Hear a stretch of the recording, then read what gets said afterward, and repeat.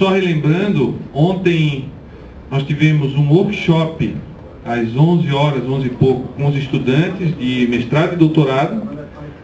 Tivemos até uma participação ilustre de alguns dos nossos palestrantes e colegas que acompanharam esse workshop e depois teceram algumas avaliações. Tivemos a abertura e tivemos ontem 4 mesas redondas. Muito importante vocês considerarem que o esforço que a gente fez ontem e que resultou até nos trabalhos até as 9h30 da noite se justificou para que nós não perdêssemos a contribuição de 2 professores que estão dentro do processo de avaliação na CAPES. A gente precisava conversar com eles, que é o Juarez e o Dirceu. Foi um pedido que fizeram à coordenação do fórum para antecipar a mesa deles. Nesse sentido, antecipando a mesa, que deveria durar 1 hora, diante das várias inquietações e discussões e perguntas, essa mesa durou 2 horas ontem. E fez com que o nosso fórum, ao invés de terminar próximo das 9, terminasse próximo das 10. Concluímos ontem com a mesa de performance e treinamento, onde um debate até certo ponto bastante intenso para o horário. E depois, quem conseguiu nos acompanhar até o restaurante Bianco, tivemos lá um jantar e uma confraternização bastante bacana. Hoje, nós temos basicamente para o dia inteiro as mesmas atividades de ontem. Então vejam que nós temos aí uma flexibilidade, um conforto que nós não tivemos ontem por causa dessa antecipação de mesa, nós temos hoje. Então, só dando uma ideia a vocês, nós temos a mesa redonda de epistemologia, depois a mesa de periódicos, a mesa 6, depois a mesa 7 de pedagogia do movimento, depois o almoço. Então, à tarde, nós temos 3 reuniões de grupo de trabalho de pós-graduação para encerrar com a conferência 2. Então, eu gostaria que vocês pensassem sobre isso, porque quando nós estivermos indo para o almoço, eu gostaria de tomar a decisão com vocês. O nosso presidente do CBCE colocou uma demanda, uma possibilidade levantada por um dos palestrantes de talvez antecipar a conferência, não fazer essa conferência às 19 horas.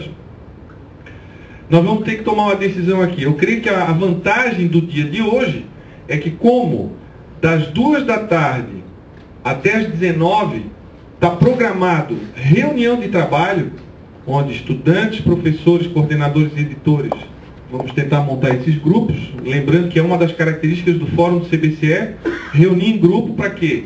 Para discutir, propor ações, levantar demandas e apresentar isso a partir do CBCE para CAPES, CNPq, Fórum de Coordenadores. Nós temos todo essa flexibilidade. À tarde, das 2 às 19, está programado reuniões com esses grupos. Já adianto a vocês, a ideia é alunos, professores, e aí os professores, obviamente, como estão em maior número, se dividir para ter um grupo que pense periódicos e os próprios programas, né? Então, 3 grupos de trabalho, mas aí nós vamos constituir, na verdade, às 2 horas uma plenária e a gente vai decidir aqui em grupo. E a pergunta que fica é essa: mantemos a conferência do professor Hugo para as 19 ou convém ao grupo antecipar ela, colocar às 16, às 14, tá? Quanto ao início dos trabalhos, que eu vou iniciar então a composição da mesa agora, nós estamos às 8h30, tá? Vamos até 12h30, o almoço 12h30 até as 14h30. Então, quando vocês olhem aí, almoço das 12 às 14, nós vamos trabalhar das 12h30 às 14h30. E a programação da manhã ficar perfeitinha, tá bom? Alguma dúvida, gente? Tá todo mundo bem localizado aí, tá tudo tranquilo aqui, né? Então, muito bem. A nossa mesa redonda, ela se intitula Epistemologia, e o subtema dela é a produção de conhecimento em educação física e ciências do esporte, qualidade versus quantidade, para onde vamos. E nós temos a honra de ter a presença, né, dos 3 doutores e pesquisadores nessa área que foram convidados e aceitaram o nosso convite. Primeiramente, eu chamo para compor a mesa o doutor Vicente Molina Neto,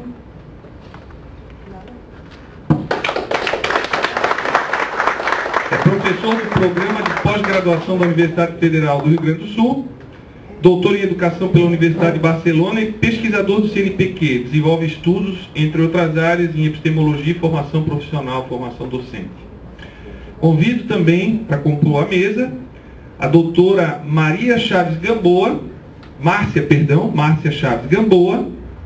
Ela é doutora voluntária do grupo Paideia da Unicamp, colaboradora da UFBA, Universidade Federal da Bahia, doutora em Educação pela Unicamp e coordena, muito importante, coordena o nosso grupo de trabalho temático GTT do CBCE de epistemologia.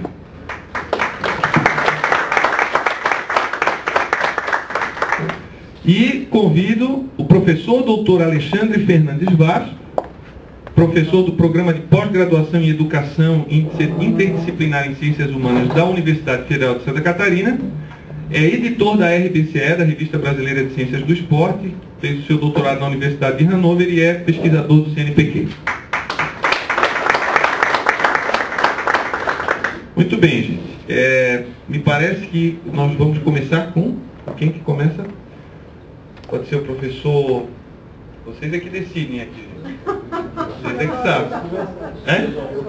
Pode começar? Professor Molina, então, com a palavra, e eu deixo à vontade os membros da banca, da mesa, se quiserem acompanhar, sentados na plenária.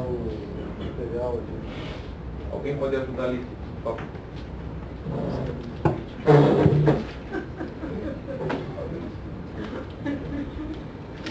O pessoal não ajustou, normalmente fazem isso, né? As mesas, né?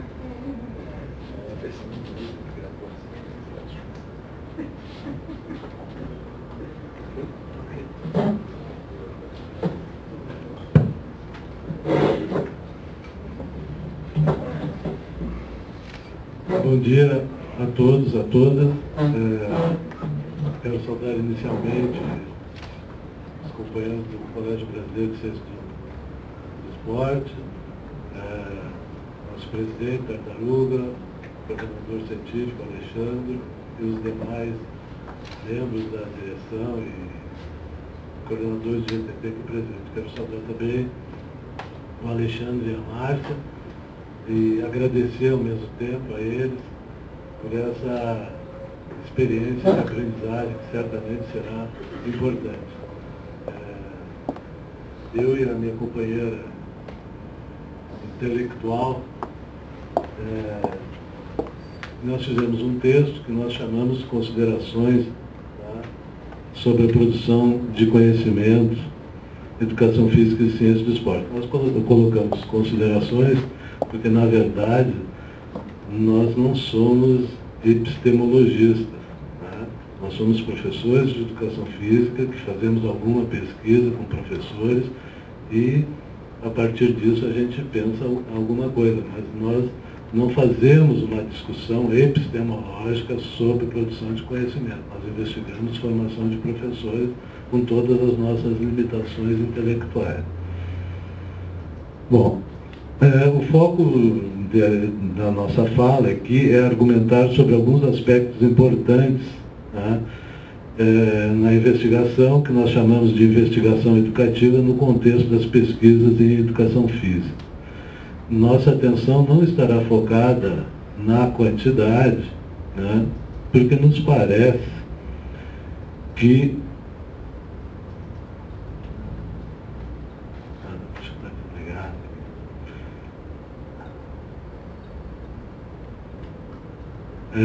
porque nos parece que a quantidade já foi sobejamente falada aqui nesse evento e há uma série de políticas públicas que, com mais velocidade ou menos velocidade, estão catapultando a quantidade da produção, né? Entre eles, dá para se dizer, o crescimento longo dos programas de pós-graduação, a expansão da rede de universidades federais, os recursos financeiros das agências de fomento e o incremento de programas de iniciação científica.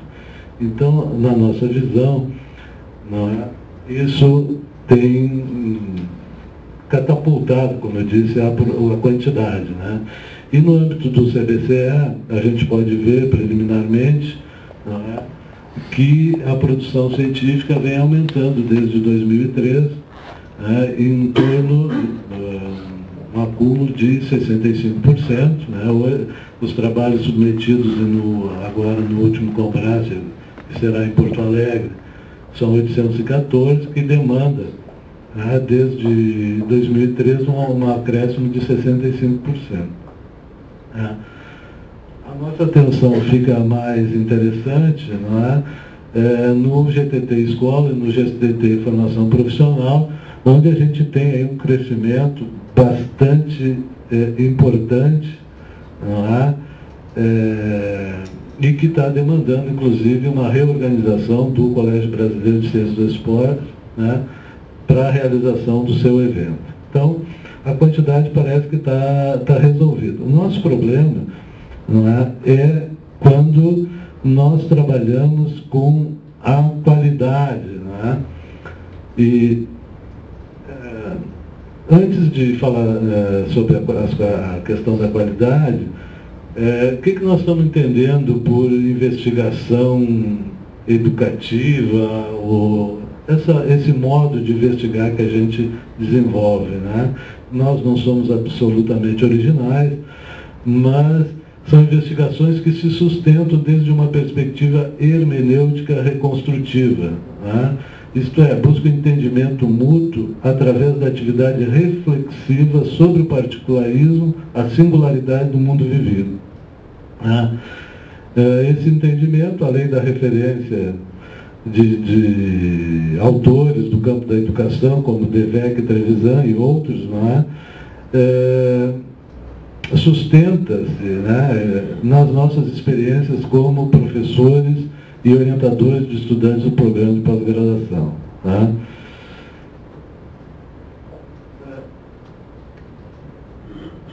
Então, ela se diferencia do conjunto das investigações no campo da educação, que nós entendemos aí a totalidade do conjunto de pesquisa. E a investigação educativa, nós vamos ver ao longo da exposição, é uma investigação que a gente entende que se constitui em uma experiência significativa de aprendizagem, tanto para os professores como para os colaboradores de nossas pesquisas. Algumas pistas depõem, no nosso modo de ver, sobre a qualidade da produção de conhecimento, das pesquisas, nesse campo que nós estamos trabalhando. E quais são as pistas? Uma delas é que tanto na área da educação quanto na educação física, alguns periódicos científicos têm induzido a sua comunidade investigadora a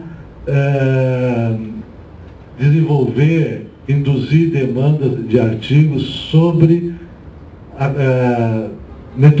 aspectos metodológicos da investigação. Eu cito, por exemplo, a Revista Brasileira de Educação, que recentemente induziu a sua comunidade a estudos dessa natureza, a Revista Educação e Realidade, que está editando um número monográfico, há algumas experiências na nossa revista Movimento, a Revista de Educação Física da Universidade de Maringá, que tem também induzido a comunidade a escrever textos discutindo as questões teóricas e metodológicas da pesquisa que nós fazemos no campo da educação. Um outro aspecto que eu gostaria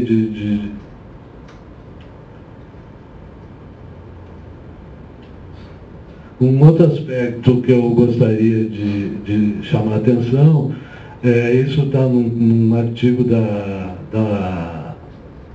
Ivone Job, que é a nossa bibliotecária lá, e uma das responsáveis pela revista Movimento. Ela faz um texto no qual ela e os seus colaboradores, o motivo de recusa de artigos por pares em 191 pareceres, de 1997 a 2007. E se vocês observarem bem na primeira e na segunda linha, vai totalizar 70%, 70% dos artigos são rejeitados, ou por problema metodológico, ou por problemas teóricos.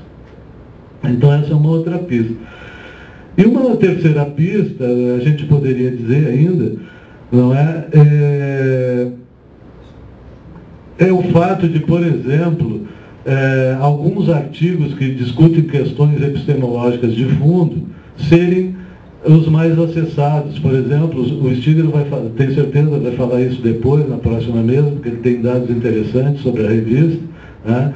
O artigo mais acessado em 2010, curiosamente, é um texto do Alexandre Vaz e do Felipe Almeida, né? Que se chama O Giro Linguístico ao Giro Ontológico da Atividade Epistemológica na Educação Física. É um texto que em 2010 foi o mais acessado da revista, com 788 acessos. Quer dizer, as pessoas estão preocupadas com isso, não é? Então, nesse sentido, é que nos parece importante sublinhar isso, né? A nossa preocupação. E ontem, quando eu vi o professor Cruel falando também de que há problemas da relação entre os pesquisadores, entre as pesquisas e a comunidade, também eu fiquei pensando, bom, então não é só num viés da educação física que os problemas metodológicos, os problemas de comunicação entre os pesquisadores e os colaboradores estão acontecendo, né? Em geral na nossa área de conhecimento. Então, a minha pergunta inicial é se esse interesse, essas pistas, né? Isso é uma coincidência ou é um indicativo de problemas gerais referente à apropriação desse modo de investigar pelas diferentes disciplinas científicas que compõem o conjunto das ciências humanas e disciplinas de outras áreas de conhecimento que compartilham seus conhecimentos centrais? Então, isso nos parece importante para a gente pensar, e é claro que a gente não tem uma resposta acabada aqui, mas também sugeririam outras perguntas, né? Como, por exemplo, se haveria algum tipo de problema de ordem mais geral, ainda pouco claro, com a metodologia da pesquisa em educação física escolar ou educação, ou são problemas específicos de inadequação de instrumentos de coleta de informação.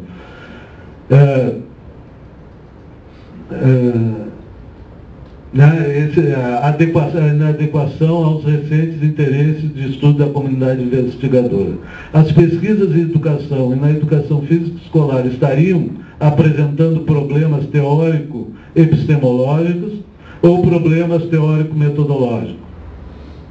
Os lugares ocupados pelos pesquisadores e pelos colaboradores nas investigações nesses campos de saber apresentam problemas ergonômicos? Eles estão inadequados à sinergia dos tempos atuais e à complexidade do contexto educativos? Haveria problemas de rigor com essas pesquisas? Isso me parece uma hipótese bastante interessante, que é a questão do rigor. Nossa hipótese preliminar, não é, que há um conjunto de fatores que está conspirando contra o rigor e a qualidade da pesquisa, desse jeito de investigar que nós nos propusemos, né? Entre eles, nós podíamos destacar o apressamento da formação de professores, fortemente influenciado pelas políticas públicas e estratégias governamentais no campo da educação e da educação física. Um segundo ponto seria a própria reestruturação capitalista, progressiva e burocratização produtivista da pós-graduação brasileira, representada pelo que a gente está chamando, e não somos originais nisso, pela quantificação e latização da produção científica, pelo encurtamento acelerado dos prazos de formação de mestres e doutores, pela retirada dos orientadores de pós-graduandos das salas de aula da graduação, pelo afastamento desses, né, do campo empírico, e algo que me parece preocupante é a terceirização das coletas de informação para os estudantes de iniciação científica. esses rapidamente preparados para essas atividades, muitas vezes não conseguem realizar uma aproximação satisfatória com o campo e captar o sentido das vozes e das narrativas dos colaboradores. Por fim, a crítica, né, dos gestores educacionais e dos próprios colaboradores, né, quanto à pouca transferência de conhecimento produzido nessas pesquisas para o campo da experiência, né, principalmente experiência docente, e para o professorado, para os professores das redes de ensino desse país, segundo os quais a pesquisa acadêmica está distanciada dos seus interesses mais imediatos. Isso naquele livro do CBCE sobre a produção de conhecimento, o professor Walter Brasch aborda com bastante, eu diria, competência esse assunto, né? E há, como Walter, pesquisadores, tanto na educação como na educação física, que há mais de 10 anos têm chamado a atenção dessa desconexão, né, dos interesses do professorado, dos colaboradores, né, vamos dizer assim, dessa desconexão, né, quer dizer, um processo de pesquisa alheio ao ato de ensinar e aprender, né? Esses autores que fazem essas críticas, o próprio professor Walter, no campo da educação física, a professora Joana Sancho, defende, né, que as pesquisas nesse campo da educação física escolar, né, deveriam, além de integrar-se com o professorado das redes, tratá-los de modo mais efetivo, né, como coautores, né, da atividade investigadora. Né? Enfim, são aspectos que contrapõem, vamos dizer assim, são aspectos que intervêm na qualidade, no rigor das pesquisas que nós chamamos aí educativas. Né? Também vários autores, entre eles um dos mais utilizados nas pesquisas qualitativas em educação física, que é a Marli André, né? Quase todas as dissertações de mestrado ela aparece lá, nos dizendo como melhor conduzir uma investigação educativa, né? Ela tem um texto de 2001 onde ela diz que o título é Buscando Rigor e Qualidade na Pesquisa e Educação. Então, o que ela está questionando, e a partir dela nós que também questionamos as nossas pesquisas em educação física, né? O que é uma boa pesquisa em educação física? Quem julga? Né? E quais os critérios de julgamento? Né? Segundo esses autores, né, as pesquisas, não só as qualitativas, mas também as quantitativas, apresentariam problemas de rigor. Não é? No âmbito das pesquisas quantitativas, ela acentua hipóteses mal formuladas, inadequação na operacionalização de variáveis e a pouca fidedignidade dos instrumentos utilizados na coleta de informação.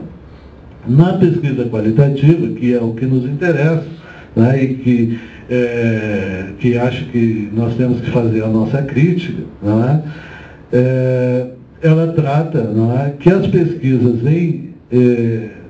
essas pesquisas estariam apenas apresentando descrições do óbvio, observações completamente tendenciosas, problemas na análise de conteúdo e deficiências no aprofundamento teórico.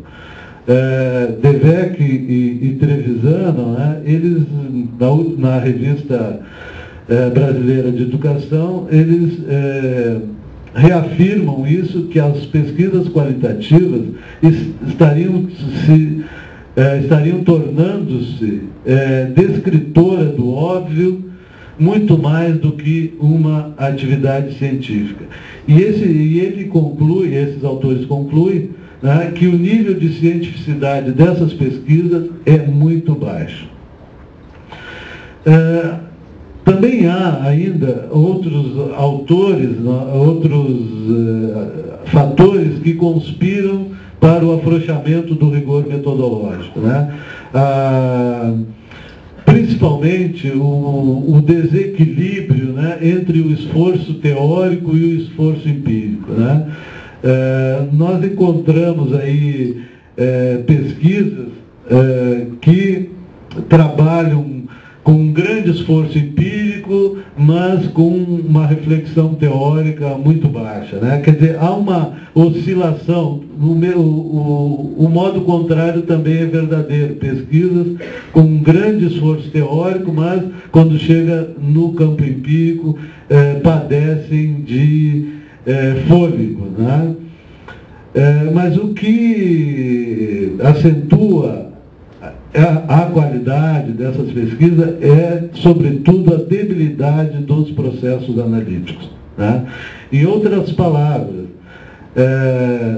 a incapacidade de significativa parcela da comunidade acadêmica na definição de categorias analíticas e o contraste destas com as categorias ontológicas constitutivas dos problemas de investigação.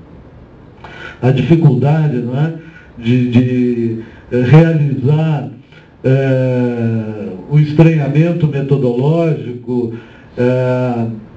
a debilidade, a incapacidade de aprender com o campo empírico, né, e a precariedade das relações de conhecimento entre pesquisadores e colaboradores, né. Eu diria que a incapacidade do campo empírico, de aprender com o campo empírico do pesquisador é um problema bastante substancial, né? Porque aquele pesquisador, no nosso entender, que não aprende com o campo empírico, né, ele apenas manipula dados, ele apenas manipula informação, né? E a investigação pelo qual que nós estamos aqui tentando dizer algo interessante é aquela pesquisa que os pesquisadores, não só os pesquisadores, mas os pesquisadores e colaboradores aprendem com o campo empírico.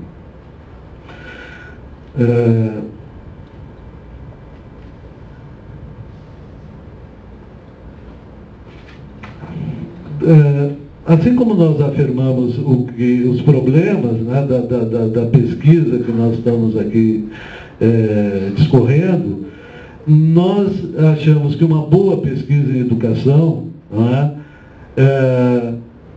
é um processo que se constitui tanto para pesquisadores quanto para colaboradores em experiências significativas de ensino e aprendizagem. Não é? Os pesquisadores ensinam e aprendem na experiência investigadora quando, sem assumir uma atitude corporativa ou etnocêntrica em relação aos colaboradores, conseguem, através da razão comunicativa, examinar o melhor argumento e revisar seus conceitos, atitudes e procedimentos sobre o que se propõe a investigar. Em outras palavras, isso quer dizer revisar criticamente na ação seus pressupostos teóricos, o próprio desenho metodológico da investigação. Nessa perspectiva de investigação que nós estamos falando, não é raro que o problema de investigação e as estratégias metodológicas sejam revisadas ao longo da pesquisa. É o que Kirchner define como bricolagem, né? O que é o bricolagem, né? Quer dizer, é quando o pesquisador, né, se constitui como o principal instrumento da pesquisa, né? Então, no sentido de conhecer o que se propõe, ele vai articulando no processo de pesquisa diferentes instrumentos de coleta de informação. Ou seja, é uma investigação que ela não tem protocolo a priori, é uma investigação que se constitui no processo de investigar. E os colaboradores aprendem, né? A experiência é significativa quando os colaboradores conseguem, no processo de investigação, refletir, né, sobre as suas ações, sobre o seu trabalho e sua prática pedagógica, ou refletir, através da experiência narrativa, sobre o objeto que intermedia essa relação entre pesquisador e colaborador, né? Eu diria, então, resumindo isso, né, que os colaboradores ensinam e aprendem quando, através da experiência narrativa, conseguem requisitar para o plano da consciência argumentos comprimidos e naturalizados que sustentam fatos e eventos organizados na experiência vivida em ambientes educativos e reavaliados. Sim, eu sei que eu vou passar do tempo, peço desculpas antecipadas. Né? Enfim, essas pesquisas que nós estamos falando, eu vou pular rapidamente esse slide, né? Do que se trata, né? Quer dizer, o que ela tem em comum, todos esses desenhos metodológicos que nós estamos falando, etnografia, a autoetnografia, enfim, investigação narrativa. O que elas têm em comum? A performatividade narrativa. Né? E, a partir disso, né, esses desenhos, sempre não, a maioria das vezes, essas pesquisas, né, se constituem em, vamos dizer assim, desbordam para uma boa atividade de formação permanente, sem cair, não é? E aqui nós também, com esse modo de investigar, a gente acredita nele, né? Mas também não quer fazer dele uma narrativa redentora. Eu vou pular aqui, porque já estamos indo para o final. Eu gostaria de fazer uma reflexão final, né? Eu vou pular aqui algumas frases, algumas partes, né? Mas eu gostaria de finalizar a reflexão, né? Dizendo que a investigação narrativa, não é? Ela supõe uma série de questões éticas, claro, e morais, vamos dizer assim, no trato com os colaboradores, principalmente nessa relação, né, que implica a possibilidade de representar o universo vivido pelos colaboradores. Então, essas 4 questões aí, vamos dizer assim, materializam esse dilema, né, de como os pesquisadores, né, podem representar de fato o mundo em que vivem os colaboradores, o mundo em que eles vivem e que eles atuam.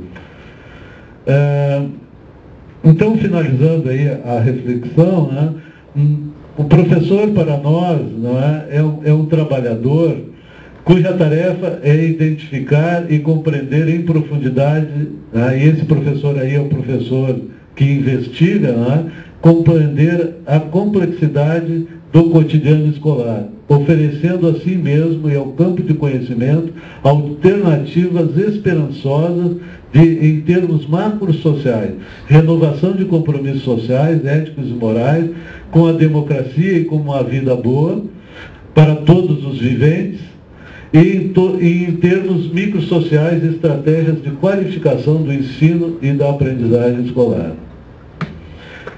Como incidir, então, sobre essas subjetividades e sobre esses discursos sem cair na desesperança que imobiliza, nem no otimismo ingênuo, segundo o qual um conjunto de procedimentos metodológicos no transcurso de nossas investigações se constituem em ferramentas definitivas de esclarecimento, né? Algo como a volta do tecnicismo pedagógico, sustentado em métodos infalíveis e impermeáveis, né, às subjetividades docentes. Ou seja, como evitar, né, a desesperança e a narrativa redentora. Para dizer que eu não falei para onde vamos, né, eu gostaria de apresentar aqui o projeto de lei, é um extrato do Plano Decenal de Educação, que está tramitando no Congresso Federal, não é? Que traz metas importantes para a pós-graduação brasileira e para os investigadores, enfim, para a comunidade que se debruça sobre a produção do conhecimento, não só na educação física, mas na educação em todas as áreas. E a pergunta que fica é como é que nós vamos fazer isso? Com que tipo de pesquisa? Com que tipo de abordagem? Vejam só, o plano decenal, da meta 12 até a meta 16, ela é específica para a pós-graduação.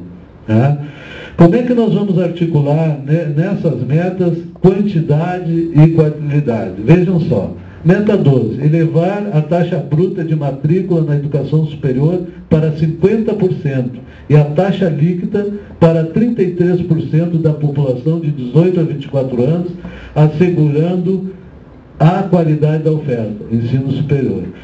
Meta 13, elevar a qualidade da educação superior pela ampliação da atuação de mestres e doutores nas instituições de educação superior para 75% no mínimo do corpo docente em efetivo exercício, sendo do total 35% de doutores. Meta 14, elevar gradualmente o número de matrículas na pós-graduação estrito sensu, de modo, isso me parece absolutamente atemorizante, né? Mas que é uma meta a ser perseguida. De modo a atingir a titulação anual de 60 mil mestres e 25 mil doutores. Como é que nós vamos fazer isso? Com qualidade, com rigor metodológico, não é? E por fim garantir, não é? Bom, a meta 15 não seria, vamos dizer assim, tão incisiva, mas a meta 16, formar 50% dos professores da educação básica em nível de pós-graduação, lato e estrito sensu, garantir a todos formação continuada em sua área de atuação. Ou seja, é um desafio que vai, vamos dizer assim, desafiar a nossa inteligência, o nosso acumulado acadêmico, né, para articular em nossas pesquisas não só esse volume de formação, né, mas formação com muita qualidade. Né? Enfim, eu acho que isso demandará da nossa pós-graduação, né, alguma reconfiguração para que a gente possa atender isso com muita segurança, com muita qualidade. Era isso que eu tinha para falar. Eu já fui advertido várias vezes aqui e depois no debate a gente pode tem uma expectativa aqui, a gente pode aprofundar. Muito obrigado.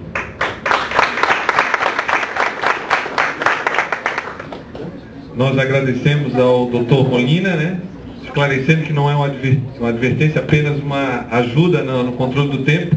E eu passo imediatamente a palavra à doutora Márcia Gamboa. Bom dia a todos e a todas.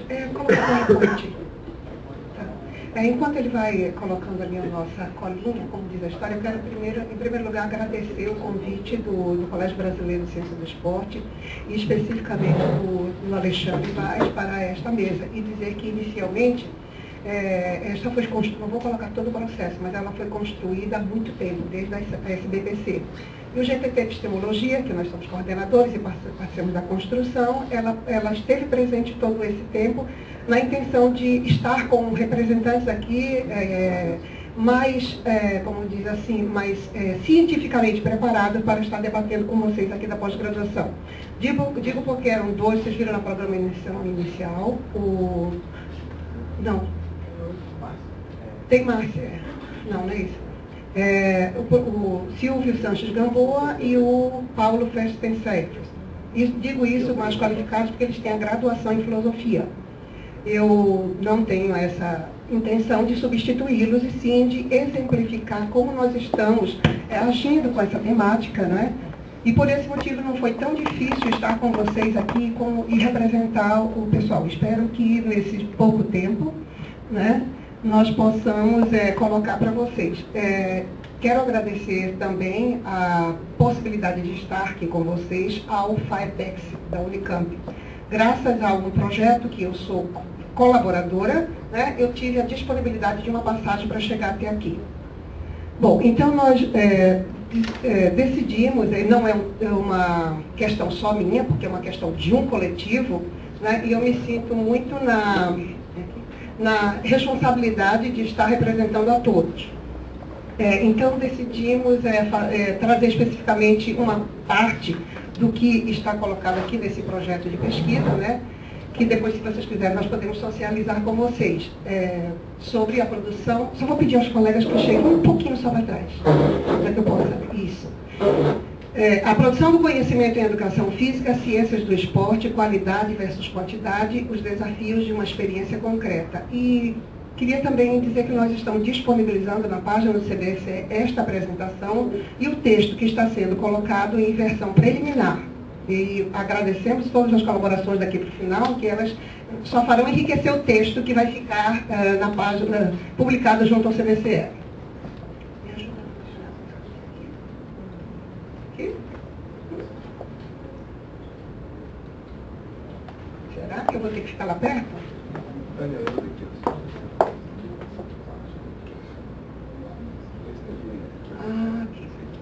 Tecnologia avançada. Então, nós pensamos aqui para esse momento em 3 momentos. O primeiro, falar sobre os conflitos, qualidade versus qualidade e quantidade, na pesquisa científica, atualizando o debate. No segundo, os desafios da prática, a produção do conhecimento em educação física, ciências do esporte, nas IES do Nordeste, que é onde nós pesquisamos. Dilemas, quantidade e qualidade na análise da produção do conhecimento. Terceiro, 3.1, estudos bibliométricos e cienciométricos. Análises epistemológicas e, por último, conclusões, abrindo debate e possibilidades. Então, quanto ao conflitos, qualidade versus quantidade, na pesquisa científica, nós podemos resgatar que essa polêmica metodológica entre métodos quantitativos e qualitativos aponta para 3 saídas. O da oposição ou incompatibilidade, o da complementaridade e a da unidade de contrários. Esta última como unidade na perspectiva da dialética marxista. A unidade de contrários denuncia o falso dualismo técnico e a falsa opção epistemológica entre positivismo, quantidade, e a fenomenologia, qualidade.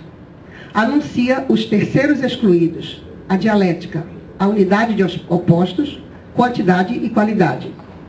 O conflito entre métodos explicativos de Durkheim e compreensivos de Weber podem ser, com licença, Alexandre, ser superados na síntese de opostos, Marx. Unidade, quantidade e qualidade.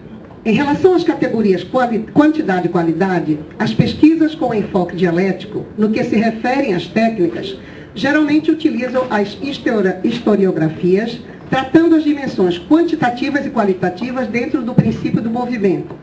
Essas categorias modificam-se, complementam-se e transformam-se uma na outra, e vice-versa, quando aplicadas a um mesmo fenômeno. As 2 dimensões se interrelacionam como 2 fases do real, num movimento cumulativo e transformador, de tal maneira que não podemos concebê-las uma sem a outra, nenhuma separada da outra. Quando eu comentei no início com vocês que nós não poderíamos substituir, é porque Silvio, ele discute há muito tempo já a questão da pesquisa, quantidade e qualidade. Isso desde os primórdios com Ivani Fazenda. Então não seria eu, e tem toda uma produção que vocês podem acessar. Os desafios agora da prática, a produção do conhecimento em educação física nas IES do Nordeste, antecedentes. Estudos anteriores sobre a produção de pesquisas em educação física na região Nordeste, um estudo feito em nível de pós-doutorado, de 1982 a 2004, que analisou a produção de mestres e doutores que atuam nos estados de Alagoas, Bahia, Pernambuco e Sergipe, foram encontradas 145 pesquisas e analisadas 70. Um Um outro desafio seria a necessidade da atualização e ampliação de estudo para os 9 estados do Nordeste, incluídos outros 5 estados, Ceará, Maranhão, Paraíba, Piauí e Rio Grande do Norte. Das 70 pesquisas analisadas, apenas 24, 34,3%, foram produzidas nos programas de educação física do país. Na Gama Filho, na Unicamp, Santa Maria, Castelo Branco e Santa Catarina. O restante, 65,7% da produção do Nordeste, é elaborado em outros programas do país e do estrangeiro. Isso vocês desde ontem já sabem por quê. 57% da produção acontecem em programas diferentes da educação física, 51% em educação e 6% em outras áreas, serviço social e sociologia. 46% dos pesquisadores da área se titulam em programas do Nordeste em áreas tais como educação, 20 em Pernambuco, 6 na UFBA, 2 na Paraíba, 2 em Sergipe, 2 em serviço social e 2 em sociologia. A maioria, como vocês viram, na educação. Essas constatações também têm desdobramentos de caráter epistemológico quando considerada a composição do campo científico da educação física. Essas constatações, em primeiro momento, elas foram, não é divulgando, mas aqui é pouco tempo para dizer tanta coisa. Então, elas já estão sistematizadas aqui, especificamente na questão escola e formação profissional. E também temos toda uma questão da epistemologia, da educação física, que, sobre questões de teoria e práticas, inter-relações necessárias, a pós-graduação, quando o Silvio escreve nessa produção. Bom, então a formação do campo científico da educação física depende de inter-relações com outros campos do conhecimento, tais como a educação, as ciências sociais e as artes, como afirmam as áreas de formações dos pesquisadores e o desenvolvimento interdisciplinar de suas teses e dissertações. A concentração dos programas nas regiões sudeste, como nós vamos mostrar a seguir, vocês já sabem disso, né, 59,1% no sudeste e sul 27,2%. Nas duas regiões se concentram 86,3% desses programas. As demais regiões, centro-oeste com 2% e nordeste com 2% também, e a norte com nenhum. Os dados indicam, além dessas disparidades regionais e da concentração de 31,8% dos programas no estado de São Paulo, indicam também que os 5 programas melhor qualificados com os níveis de 6% e 5%, 100%, se concentram nas regiões sul e sudeste. Os dados indicam ainda mais a concentração da produção na região sudeste, 62,6% das dissertações e 92,5% das teses, e particularmente no estado de São Paulo, que concentra uma terceira parte, 7 dos cursos recomendados e onde se registra 42,5% das dissertações e 73,5% das teses defendidas até 2008. As condições da produção de educação física é determinada por políticas científicas nacionais desiguais. Isso defendemos no pós-doutorado e ela está depositada na Unicamp, na UFBA e temos aqui, para quem quiser, em Word e PowerPoint. 2,2. Indicadores. Expansão das IES na região. Aumento da titulação de mestres e doutores no sistema de pós-graduação. O acúmulo de informações, MEC, CAPES, CNPq, sobre autores e produção científica. Com os indicadores anteriores, é possível delimitar a problemática abordada e garantir fontes consolidadas para a elaboração de respostas a essa problemática do nosso coletivo. Eu não vou entrar em detalhes aí, mas só para destacar o seguinte, que lá no Nordeste nós temos, vou destacar os maiores só, Pernambuco tem 100 IES, né, que é um que tem, não, Bahia tem 127 IES, 42 cursos cadastrados e 37 cursos em atividade. Então, nós estamos fazendo estudo em toda a região Nordeste, já temos esses dados que vamos partir daí. Não vou entrar em, quero ter um resuminho mais aqui. Por exemplo, embaixo eu vou destacar, do total nacional de dissertações, 2.933 e de teses 333, eu vou destacar São Paulo, né, que em nível nacional ele produz 42,5 de dissertações e 73,5 de teses. Em relação ao Unicamp, em nível nacional, 14,1 de dissertações e 48,9 de teses. E Unicamp, em relação a São Paulo, 33,1% de dissertações e 66,5% de teses. Levantamento é o primeiro resultado que nós temos aí, dos cursos que nós temos, que nós já estamos pesquisando lá no Nordeste, nós já obtivemos como resultado 821 produções. Não mestre e doutor, sim, produções. Outras estatísticas, né, nos colocam sobre a questão da base de currículo Lattes, que eu não vou me debater aí, que está em nível nacional, vocês podem colocar, mas um número muito grande de doutores, né, que nós destacamos aí na questão que é Sudeste. Sudeste ganha de todos, em relação ao nosso pobre Nordeste, de 20.274 mestres para 39.000 em relação a 107 mestres do Sudeste. Cursos de mestre e doutor na área de educação física por estado. Então, como vai ficar registrado lá, vocês poderão verificar que eu preciso adiantar. Mas, temos, no Rio Grande do Norte, o maior número de doutores, né? Bom, então nós temos a nossa problematização. Os programas da região Sudeste são responsáveis por 62,6% das dissertações e 92,5% das teses, e os programas localizados no estado de São Paulo representam 47,1% das dissertações e 72,1% das teses produzidas no país. A problemática da migração de docentes que pretendem se formar em nível de pós-graduação e se capacitar no campo da pesquisa científica. E o deslocamento para outras regiões, particularmente onde o sistema de pós-graduação está mais desenvolvido. Necessidade de estudos sobre os impactos desse sistema localizado na região mais desenvolvida na formação de pesquisadores e a produção do conhecimento dos docentes que atuam na região, excluída do sistema de pós-graduação. Impactos e influências de orientações teóricas, correntes de pensamentos, concepções e tendências científicas, modelos de pesquisa e perspectivas epistemológicas e divulgação de publicações e autores predominantes nos programas de origem. Essas são nossas questões norteadoras. Qual o volume de produção de dissertações e teses elaboradas pelos docentes vinculados às IES do Nordeste? Qual o significado dessa produção no contexto regional e nacional e quais as áreas privilegiadas nesses estudos? Quais as principais problemáticas abordadas nesses estudos, as limitações metodológicas e as lacunas teóricas identificadas nas dissertações e teses sobre educação física, esporte e lazer produzidas por esses docentes? Qual o impacto do sistema de pós-graduação do país, particularmente na área de formação física, de educação física, concentrado na região Sudeste, na produção científica, identificando as perspectivas teórico-metodológicas e influências na consolidação da pesquisa nas IES, formadoras de futuros profissionais da região Nordeste? Quais os principais resultados apontados nesses estudos e seus desdobramentos para a formação profissional e a compreensão e o avanço do conhecimento na área? Como questão geral, podemos colocar: qual a importância do sistema de pós-graduação nacional, concentrado na região Sudeste e mais precisamente no estado de São Paulo, na produção dos estados nordestinos, e quais as contribuições mais significativas dessa produção na formação profissional, no desenvolvimento de novos projetos e na consolidação da pesquisa nas IES do ensino superior, nas condições da região, que vocês já conhecem.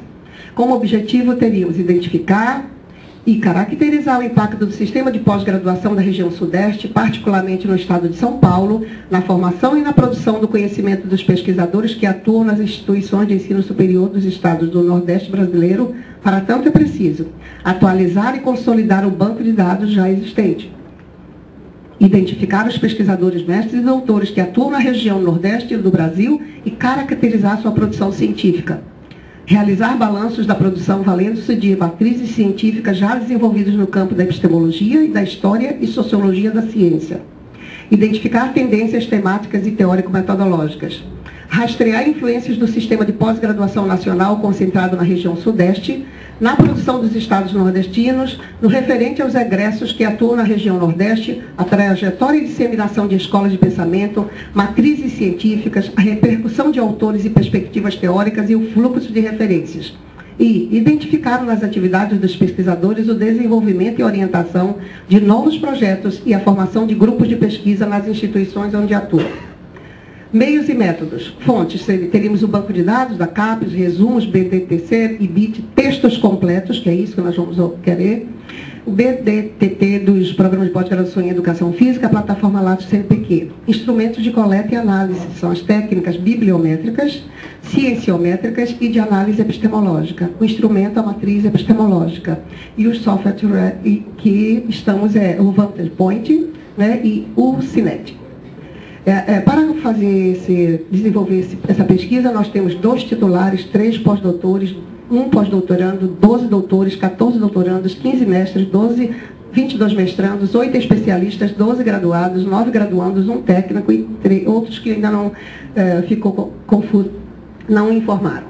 Outros apoios, recursos já organizados em torno das redes vinculadas ao grupo de pesquisa LEPEL, e que já vem atuando em 5 estados, Bahia, Alagoas, Pernambuco, Sergipe e Paraíba. A infraestruturas e serviços das instituições vinculadas à Unicamp, UFBA, UFAL, Universidade de São Carlos e FURB. Unicamp, o Grupo Paideia, Laboratório de Informática, Sala de Videoconferência e Apoio Técnico. E também da Universidade de São Carlos, os grupos de pesquisas ligados conosco. Na UFBA, a estrutura do LEPEL, na UEL, na UFURB, na UFAL, na UPAIDEA. Desafios científicos e tecnológicos, vários, né? Desafios tecnológicos e os dilemas entre as abordagens quantitativas, bibliometria, cienciometria, e as abordagens qualitativas, análises epistemológicas. Então, já dissemos quais as fontes e onde nós vamos buscar, né, tanto o quantitativo quanto o qualitativo. Então, esses dilemas, quantidade e qualidade, na análise do processo do conhecimento. O falso conflito entre abordagens qualitativas e quantitativas cria dilemas sobre opções técnicas. Formas concretas de superar o conflito na prática, abordar os fenômenos nas suas diversas dimensões e interrelações. Na pesquisa Epistef Nordeste, integram-se 2 matrizes, uma oriunda da bibliometria e outra da epistemologia. Matriz bibliométrica, quantidade. Bibliometria é uma ferramenta estatística que permite mapear e gerar diferentes indicadores de tratamento e gestão da informação do conhecimento, especialmente em sistemas de informação e de comunicação científicos e tecnológicos, e de produtividade necessários ao planejamento, avaliação e gestão de ciência da tecnologia de uma determinada comunidade científica ou país. Conflito, quantidade e qualidade, né? A análise de cada pesquisa será organizada com base no instrumento fundado nos estudos da bibliometria, cienciometria, que é a dimensão quantitativa, e da epistemologia, a dimensão qualitativa, que possibilite a sistematização de um grande volume de informações variadas e complexas sobre diversos tipos de produção do conhecimento. A cienciometria estuda assuntos e áreas e campo, né? Estuda a evolução, a quantificação do esforço, o comportamento e o impacto social das ciências. Indicadores quantitativos, né? Produz indicadores tais como número de citações, assuntos citados, coautoria, número de patente, mapa dos campos científicos, visibilidade de determinados autores, etc. A matriz epistemológica, né, que nós trabalhamos anteriormente, ele pressupõe o conceito de paradigma, entendido como uma lógica reconstituída ou maneira de organizar os elementos presentes no ato de produção do conhecimento. Por isso, considera a comunidade básica da análise paradigmática corresponde à lógica de um processo de produção de conhecimentos presente em todo o processo de investigação científica. As noções de estruturação e de lógica reconstituída supõem, basicamente, a noção de totalidade concreta ou como um quadro geral que apenas os dados lhe dá sentido. Nesse contexto, as partes adquirem sentido à medida em que são identificadas como precedentes a essa totalidade. Assim, em toda investigação ou produção do conhecimento, se encontram implícitos muitos elementos articulados que podemos explicar através do esquema paradigmático, que eu não vou poder falar para vocês, mas que está explicado aqui no livro de Sanches Gamboa. Indicadores qualitativos, né, sobre os balanços da produção, valentes de matrizes científicas, identificação de tendências, temáticas, teóricos metodológicos. Caracterização do impacto do sistema de pós-graduação nacional, concentrado na região sudeste, na produção dos estados nordestinos. Identificação de contribuições da produção na formação profissional e na constituição do campo científico da educação física nas instituições formadoras na região. Abrindo para o debate, né, nós queremos colocar os nossos limites e nossas possibilidades, né? A inter-relação de indicadores quantitativos e qualitativos permitem caracterizar tendências teóricas e metodológicas. Por exemplo, análise de citações, cienciometria, na linha do tempo, diacronia, periodicidade, categoria, epistemológicas. Identifica modismos, crescimento, queda, permanência de teorias e autores, formação de correntes e pensamentos, grupos de pesquisa, consolidação de clássicos. Também, um limite, uma possibilidade, os desafios da interpretação, relação, produção científica e transformações históricas da sociedade. Desafios científicos, teóricos, a compreensão da produção do conhecimento no contexto da relação ciência e tecnologia e sociedade na perspectiva do materialismo histórico, história social da ciência, explicitando conflitos, dilemas, desigualdades regionais, carências, limites e possibilidades de mudanças e transformações. Temos as referências que ficaram aí para vocês, e eu gostaria de dizer para vocês que nós não estamos sozinhos, e aqui também eu não estou sozinha, por isso que eu me senti mais à vontade, e vou apresentar o Regis, que ele é doutorando na Unicamp, faz parte do Colégio Brasileiro da Secretaria do CBCE, e por esse motivo ele pôde estar aqui presente. E as dúvidas que surgirem em relação a esse esforço coletivo de 103 pesquisadores, nós estaremos aqui. Se eu não conseguir responder, ele pode colocar com ênfase do que nós estamos fazendo. Muito obrigada.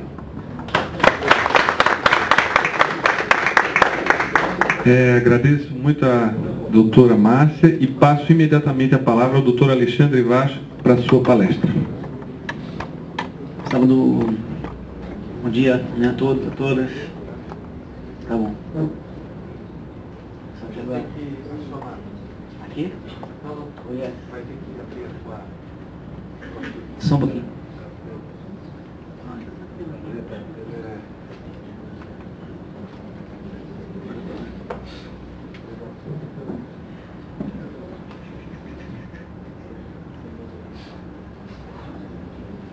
Bom dia a todos, a todas.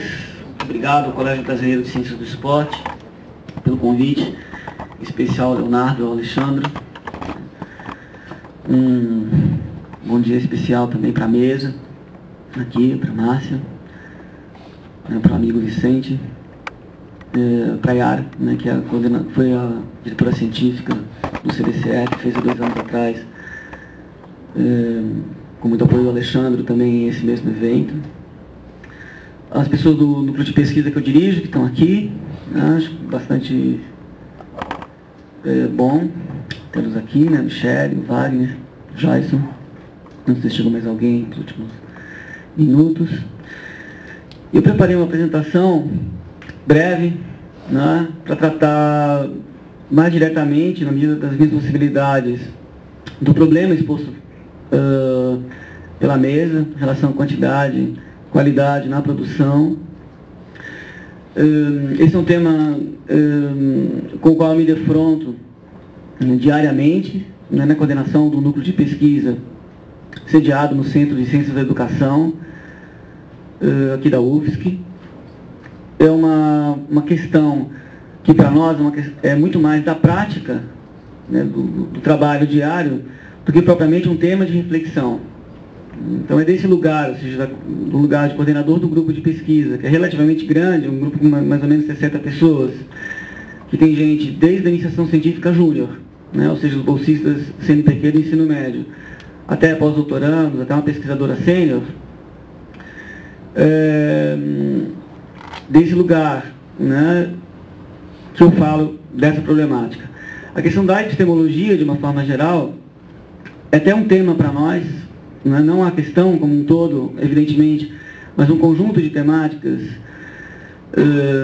específico dentro dessa questão mais geral. Quer dizer, acho que a principal expressão disso é o trabalho de doutorado do Felipe Almeida, que foi me orientando de mestrado depois de doutorado.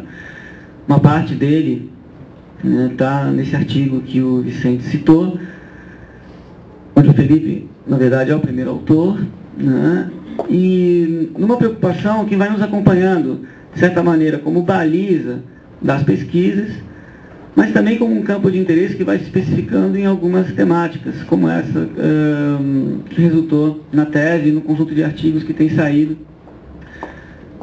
do trabalho que foi principalmente feito pelo Felipe. a gente pode resumir de uma forma geral, que é a pesquisa de alguns pontos da tradição de crítica ao positivismo, a gente poderia dizer assim.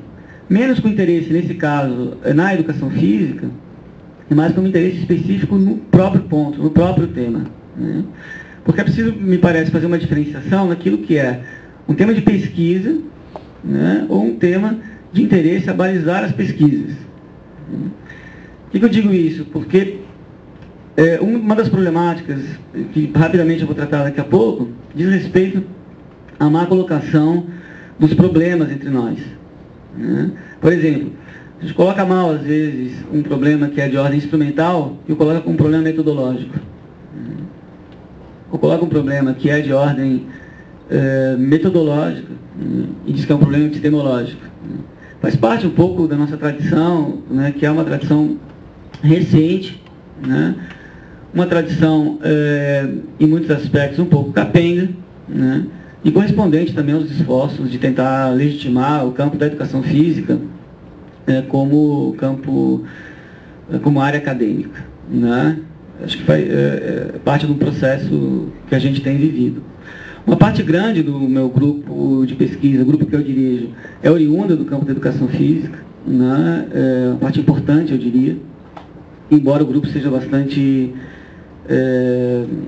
mestiço, né? O que é correspondente ao campo da educação, que é um campo mestiço, de uma forma geral, né? Então, eu intitulei assim, né? Quantidade e qualidade da produção em educação física, labirinto da polêmica, né? É como já se disse uma vez, uma polêmica entre aspas, né? Mas não deixa de ser, de qualquer forma, uma polêmica, né? Bom, a primeira pergunta a ser colocada, parece que pode ser formulada de diferentes maneiras, mas, resumidamente, assim, o que é uma pesquisa em educação física? Uma pergunta que frequentemente se faz. De alguma maneira, é tudo, né? Porque muito dificilmente a gente consegue delimitar claramente o que é uma pesquisa nessa área do conhecimento, a não ser pela localização administrativa dela. Se a pessoa vem de um departamento de educação física, ou se ela pede financiamento e inscreve o seu projeto num comitê específico da área também, né? Isso gera uma série de problemas, gera uma série de dificuldades, mas me parece que não é propriamente um erro, coisa parecida. É a forma como também as áreas vão se constituindo ao longo do tempo, a partir da sua legitimidade interna, do ponto de vista mesmo, né, perdão da palavra, epistemológico, mas também no conjunto de forças que vão se reunindo, que vão se combatendo mutuamente na constituição do campo e das comunidades científicas, né? Uma problemática importante desse quadro é também bastante presente na área de educação física, o nascimento e a discussão de novas epistemologias, né? Que também estão entre aspas, porque surgem e desaparecem com a mesma velocidade, né? Que tem um ar muito mais novidadeiro, né, propriamente, do que essencialmente heurístico, essencialmente potente para a formação de novas formas de pensar. Uma outra problemática desse mesmo quadro é a falta de um eixo, né, de um acordo mínimo, que eu não sei exatamente se é um problema, mas é uma característica, né, por meio do qual, ou no interior do qual, a gente pudesse mais ou menos combinar o que é uma pesquisa do campo da educação física, da área de educação física, né. Algumas coisas a gente poderia talvez fazer, do tipo, essa é uma pesquisa que interessa a prática pedagógica, por exemplo, né, mas isso também é um critério com problemas, né? O que interessa é a educação física, mas o que não interessa é a educação física também, né? Então, são três problemáticas que eu considero, uma sem aspas, inclusive, né, importantes, né? Eu queria rapidamente, assim, né, falar de dois grupos de fetichismos, né, que tem a ver um pouco, claro, didaticamente aqui, com as décadas, né? O ensino 79, de alguma maneira, é um marco, né, inclusive por causa do CBCE e da Revista Brasileira de Ciências do Esporte, né, 78, 79, enfim, né, que corresponde também ao final a uma parte, o começo do final, sei lá o que, o final da ditadura militar brasileira. Me parece que aquele é um momento de um certo fetichismo do método, né, aquela pergunta que, de uma área com pouca tradição de investigação, que vai tentar delimitar assim, o que é científico e o que não é científico. Mesmo que às vezes seja ficção científica, mas tudo bem, né? É importante sempre isso, né? O que eu posso definir como científico, o que eu posso definir como não científico. Os anos 80, de alguma forma, podem ser resumidos, é claro que esse é um resumo totalmente didático e arbitrário, né? No sentido da crítica, né? Também um pouco entre aspas, né? Que é uma crítica a si mesmo, né? Uma crítica que vem misturada com diferentes vertentes, né? Uma crítica política, uma crítica irracionalista também, né? Que está vinculada, por exemplo, para quem viveu os anos 80 como estudante ou como professor, né? A essas perspectivas do tipo antiginástica, né?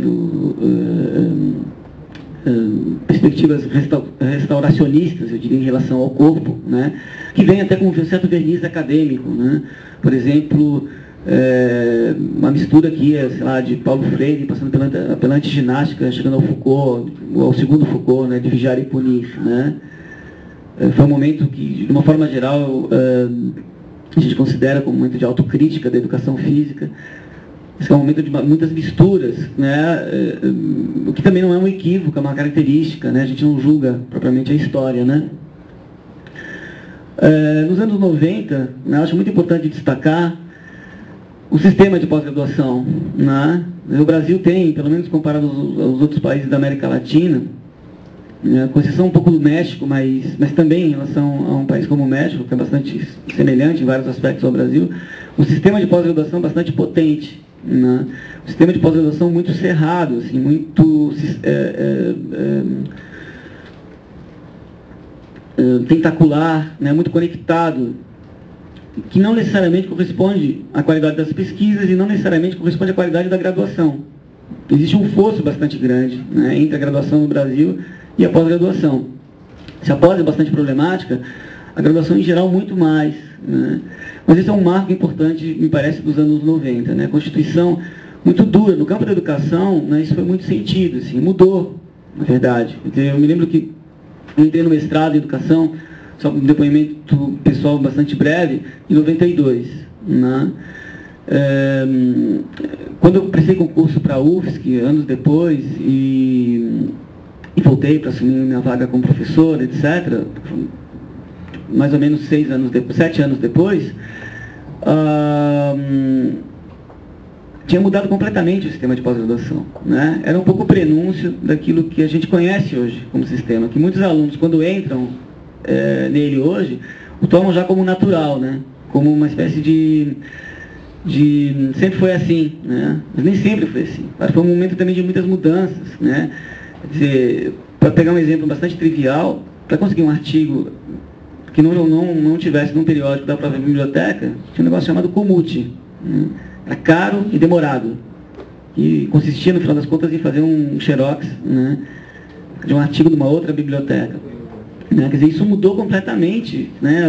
O Portal CAPES, sei lá, tem milhares, né, de periódicos absolutamente disponíveis, o que torna impossível estar absolutamente atualizado de tudo aquilo que é produzido no seu próprio campo de conhecimento. Né?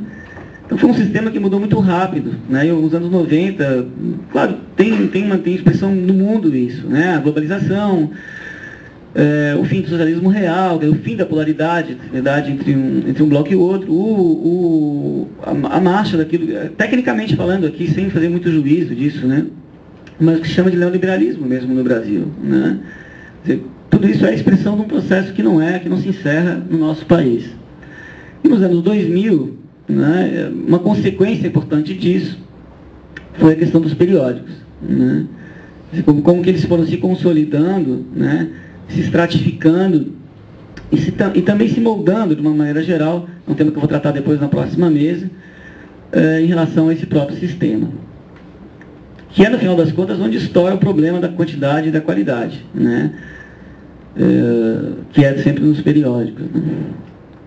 Bom, fazer um breve comentário, né, que eu tomo emprestado uma expressão do camarada Hugo Lovisolo, né? Se a gente vai ver como é que funciona um pouco a ciência e tecnologia no Brasil, que tem especificidades muito próprias, né? A gente vai ver, claro, que o Brasil fez, estabeleceu, e o resultado disso é a pós-graduação nossa, é uma estratégia que o Lovisolo chamou uma vez de cientificista, né? Menos para caracterizá-la como... Geralmente cientificismo tem a ver com o juízo de valor negativo entre nós, nessa expressão, né? Mas não é exatamente isso, mas uma estratégia que foi, de certa forma, estabelecer um nicho ou uma estrutura de ciência mais ou menos autônoma em relação às demandas sociais, né? Em relação ao diálogo com a sociedade como um todo. Uma expressão disso, claro, é o CNPq. Né? O CNPq nasce de alguma forma e se desenvolve, sobretudo ele se desenvolve, né? Isso é por minha conta, não mais por conta do Hugo, né? Como um espaço de consolidação da tecnocracia. É um espaço que cresceu muito, por exemplo, com o governo militar, com a sua modelização conservadora. Do tipo, bom, façam lá a ciência, né? A gente não enche muita paciência de vocês, mas desde que vocês não façam isso também muito com a gente. Daí a importância também do governo militar da SBTC, que teve uma posição distinta, obviamente, era uma organização fora do governo, né? Entender isso me parece uma coisa importante, né? Porque isso, de alguma maneira, um conjunto de mediações bastante extenso, né? Tem consequências muito importantes quando a gente pede uma bolsa de iniciação científica, por exemplo. Né? Isso está demarcado nesses processos quando a gente entra num edital, como edital universal, ou coisa parecida. Né? A gente percebe isso mesmo em áreas das humanidades. Né? Uma outra questão, acho que importante também desse mesmo processo é a formação das comunidades científicas, né? Especificamente na educação física. Tá? O CBCE, no seu nascimento, no seu desenvolvimento, os trabalhos que estudam, né, que mostram a história do CBCE, mostram para a gente como é que foi essa história, eles são expressivos nesse sentido. Né? Com uma exceção importante, né, porque a área de educação física, embora tenha criado o CBCE em determinado momento, né, ela deixa de reconhecer, no momento que a pós-graduação se desenvolve de forma mais aguda, né, a educação física abandona a perspectiva de ter uma entidade que a represente como área de conhecimento. O CBCE, que em princípio deveria ser, ou poderia ser, ou estava fadado a ser, né, essa entidade, né, por uma série de motivos mais ou menos conhecidos, outros acho que mais ou menos ocultos, né, passa a não ser essa entidade. Né, de forma que na educação física a gente encontra uma incongruência muito grande, né, que é ter um sistema de pós-graduação bastante crescente, bastante rígido, sem uma entidade que represente, né, o debate da ciência reconhecido pelos próprios programas de pós-graduação, né, reconhecido de forma mais ou menos indiscutível com a própria comunidade. Né. Eu frequento a Amped e a Ampox, né, de uma forma geral, menos agora nos últimos anos a Ampox. Né. Mas é uma coisa curiosa, porque assim, ninguém na educação duvida que a Amped é o lugar, né, onde a área onde o Comitê de Educação do CNPq vai prestar contas para a comunidade. Né. Ninguém duvida que a Amped é o lugar onde o Comitê de Educação da CAPES vai prestar contas para a comunidade. Né. Ele vai discutir, né, os caminhos da área de educação com a comunidade. A Ampox, então, nem se fala, que também é uma entidade politicamente muito mais forte. Né. A Ampox é a Associação de Ciências Sociais. Né. Então, a estratégia também, de alguma maneira, do CBCE foi uma estratégia cientificista, nesse sentido que eu estava colocando antes, né, em algum momento muda, né, e, de certa forma, não logra, acho que um projeto que tinha, e se desbarata, de certa maneira. Né.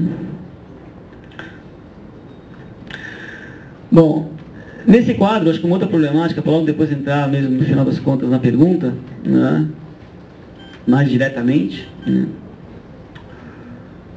acho importante destacar os lugares, né, da pós-graduação e os lugares da graduação. Né. No campo da educação física, a gente tem, eu atuei 4 anos num programa de educação física, que é o programa aqui da UFSC, né, então essa é a minha experiência mais direta com o programa de educação física. Embora oriente várias pessoas, algumas pelo menos, que vêm de educação física para a educação, e uma parte grande das pessoas de iniciação científica que eu oriente são de educação física. Né? Embora também de forma mais ou menos equilibrada com outras áreas do conhecimento. Como a gente tem no grupo uma dedicação grande à iniciação científica, né, eu mesmo viajo eventualmente, bom, todo ano, na verdade, pelo menos umas 2, 3 vezes ao ano, para avaliar processos de iniciação científica de outras universidades, e participo do processo da minha própria universidade, né, a gente tem, por força do ofício, mais do que propriamente um interesse, um impulso inicial, sempre a formação na graduação, para mim, foi uma problemática, né, de reflexão, não diria de pesquisa, mas de reflexão pesada. Né? E eu acho que a gente tem alguns nós muito importantes. Né?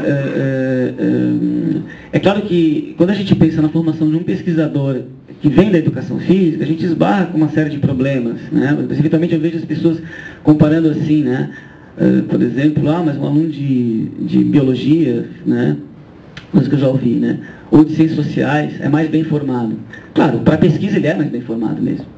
Porque quem faz educação física, em princípio, não se forma para fazer pesquisa. Se forma para ser professor de educação física. Né? E esse déficit, se é que é um déficit, a gente deveria enfrentar de uma maneira, acho que mais tranquila. Né? Para pensar o que é a formação de alguém que vai ser pesquisador, que vai manter em pé, né, a área de conhecimento, depois, lá com mestrado e com doutorado. Né? Nesse quadro, eu acho que a gente está devendo demais na educação física. Eu conjugo aqui, né, na primeira do plural, ou seja, nós, né, nós formamos muito mal. Né, formamos muito mal, e eu diria que até certo ponto, né, com certo gargalo, né, motivado por uma perspectiva de gerar mais produtos, né, mas abrir mão da formação. Por exemplo, eu vou avaliar às vezes PIBIC por aí, né, e acabo, por circunstâncias específicas, fazendo discussões também de outras áreas de conhecimento que não são propriamente a minha. Eu vou geralmente pelas humanas. Bom, sempre, na verdade, pelas humanas. Né? E uma coisa que a gente percebe com cada vez com mais frequência é a dificuldade dos alunos da iniciação científica, mas também do mestrado, de dominar o processo da pesquisa. Na verdade, a gente não leva a sério no PIBIC nem a resolução do CNPq, de que então mal a gente fala sempre. A resolução de 2005, que diz assim: o aluno de iniciação científica não é para trazer resultados para o grupo, ou para gerar produtos. O aluno de iniciação científica é para ser formado no grupo. É o grupo que deve formar o aluno. Mas pouco interessa se tem produtos no final ou não. Isso está numa resolução do CNPq, está na página disponível lá. Mas não. A gente treina um aluno, treina, não é nem forma, treina, né, para fazer, para ter produto. Ao ponto, né, de a gente chegar em várias situações e perguntar, mesmo para um mestrando, tá, mas como é que tu pensa a pesquisa? Poderia, mesmo em outras áreas, por exemplo, quando eu estava discutindo lá com um menino que trabalhava com estresse, né, e com uma pesquisa em neurociências, né. A gente estava lá discutindo por que não usa aquela droga, por que não faz assim, por que não usa outro design, etc. Várias vezes ele disse, não, isso tem que se perguntar para o meu outro colega, porque essa parte da pesquisa é ele que faz. Né? Ou seja, era só a fatia do bolo. Né? Isso me parece muito grave, porque isso a gente não forma um intelectual, né, e nem um cientista. A gente forma um técnico, né, quando muito. Os alunos não têm tempo, por exemplo, para ler outras coisas que não têm nada a ver diretamente com a sua pesquisa. Mas isso me parece muito grave. Né? Muito grave. Né? Porque são déficits que depois, né, a gente vai dizer assim, por que não tem inovação na pesquisa? É claro. Né? Claro que não tem inovação. Não tem possibilidade mais de criar porque falta recurso, falta repertório. Assim como um grande jogador de futebol é mais criativo porque tem mais repertório, né? Um grande cientista ou um grande intelectual é mais criativo porque ele tem mais repertório. Se ele ficou a vida inteira ao invés de se formar, né, fazendo coisas, não vai ter esse repertório nunca. Né? Bom, um problema que eu acho desse processo são os critérios de qualidade e quantidade. Né? Vejam bem, eu considero, né, que esse novo modelo, decantado de um lado e demonizado por outro, teve aí, talvez o termo não seja o mais adequado, um efeito civilizador na profissionalização da pesquisa. Tá? De fato, a pesquisa na universidade, em muitas áreas do conhecimento, é muito pouco profissionalizada. Não faz parte da rotina das pessoas. A pessoa faz pesquisa quando tem tempo. Aí, como ela geralmente não tem tempo, né, então não faz pesquisa. Eu considero isso muito grave. Assim, quer dizer, assim, eu vejo muitos colegas não desmarca a aula, não desmarca a reunião do departamento, não desmarca atividade de nada, mas desmarca atividade de pesquisa. Porque supõe, né, que depois haverá tempo. Né? E esse tempo não tem depois. Né? Esse tempo também é engolido. Então há uma baixa profissionalização na pesquisa. Né? Eu considero que um certo rigor, né, um certo modelo não é a minha palavra, mas um certo movimento de avaliação é muito importante mesmo. Por exemplo, eu acho razoável, né, que exista o currículo Lattes. Né? Porque é uma maneira de dizer publicamente, ou seja, né, dizer para qualquer cidadão brasileiro, qualquer pessoa da comunidade científica ou fora dela, o que eu, como funcionário público federal, estou fazendo. Né? E acho razoável também que o meu programa de pós-graduação, os 2 programas onde eu atuo, me cobrem lá um determinado número de trabalhos bem qualificados por ano. Né? Acho razoável isso. Eu sou pago para fazer pesquisa, né? E faz parte da pesquisa a publicação dos resultados. Né? É parte da pesquisa. Não é uma coisa extra. Né? É parte da pesquisa a divulgação deles. Então eu considero que esse movimento, que vem dos anos 90 pelo menos, mais proximamente às áreas onde eu atuo, teve um efeito civilizador bastante importante. Ainda que ele seja, obviamente, um dispositivo de controle. Né? Um dispositivo de controle que tem a ver, obviamente, com as novas configurações do trabalho na sociedade contemporânea. Que é, por exemplo, o fim da jornada de trabalho. Né? Quando a gente pega a coisa na produção, significa que quanto mais você trabalhar, em princípio, melhor. Né? Esse é um dispositivo de controle extremamente eficiente. E que, de fato, funciona. Né? Como diz um amigo meu, é claro, né? Um amigo meu que trabalha aqui no departamento de neurociências, né, fez um bom comentário uma vez num debate, né, assim, é bom para ter um buraco no estômago também, né, desenvolver impotências de diversos tipos, né, muito bom para isso também. Né. Bom, uma questão importante desse quadro são os periódicos. Né, acho que a gente tem um problema grave, que é uma inversão grande, que é a nossa tentativa absoluta de participar dos melhores indexadores. Né? Porque a gente toma o indexador como verdade. Né?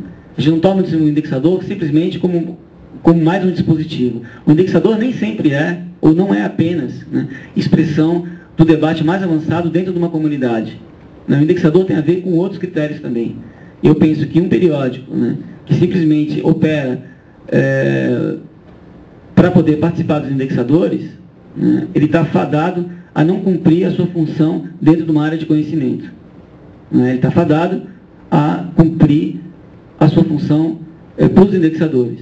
Né? Veja bem, não estou dizendo que o indexador é uma outra coisa em relação à área de conhecimento. Estou dizendo que o indexador, tá, é um dos dispositivos que compõe uma área de conhecimento. Há um problema grave na questão do impacto também. Porque geralmente, né, o impacto é calculado. Bom, todo mundo sabe como é que o impacto é calculado. Né? E esse impacto que é calculado dessa forma significa também um impacto específico de uma coisa específica. Né? Que não significa, por exemplo, né, que para uma área de conhecimento, como é o caso da educação física, ou da educação de uma maneira geral, né, ele terá aquilo que é desejado. Quer ver um exemplo na questão das humanidades? Né? O que viabiliza com mais facilidade a publicação de um artigo fora do Brasil? O exótico. Né? O exótico. Matemática exótica. Né? O que significa isso, né, nos termos depois do impacto que aquilo vai ter? Porque isso é um cálculo que toda revista faz. Né? Um outro problema que eu considero dos periódicos é o canibalismo, que eu vou tratar mais na próxima fala. Né? Porque não é uma questão de competitividade. Né? É uma questão de canibalismo, ou seja, assim, o que significa isso? O canibalismo é sobretudo simbólico. Né? Você come o outro não propriamente para se alimentar dele, mas para se alimentar simbolicamente, né? Espiritualmente. Né? Então, é uma espécie de tiro no pé, né? E isso especificamente na área de educação física, que é uma área relativamente pequena. Né? E se um periódico mata o outro, como é a lógica que está estruturada e que de alguma maneira se nos impõe, acho que a gente não tem muita saída mesmo. Isso é uma coisa que precisa mudar.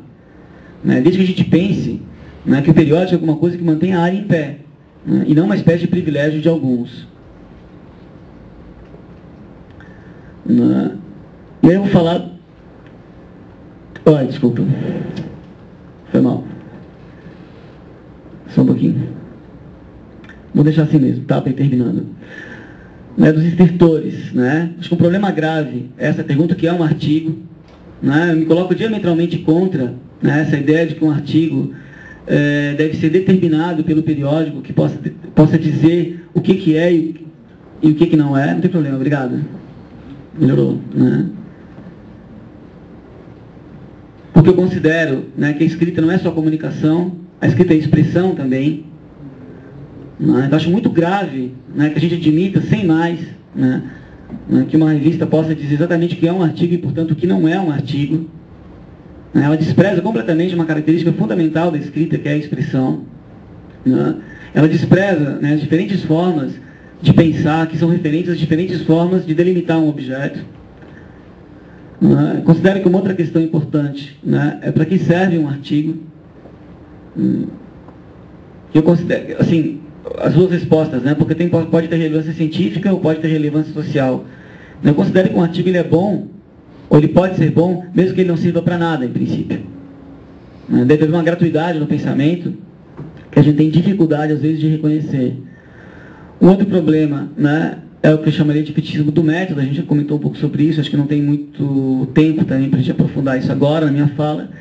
E uma coisa que eu considero extremamente nociva, né, que é essa ideia de que é bom para a educação física.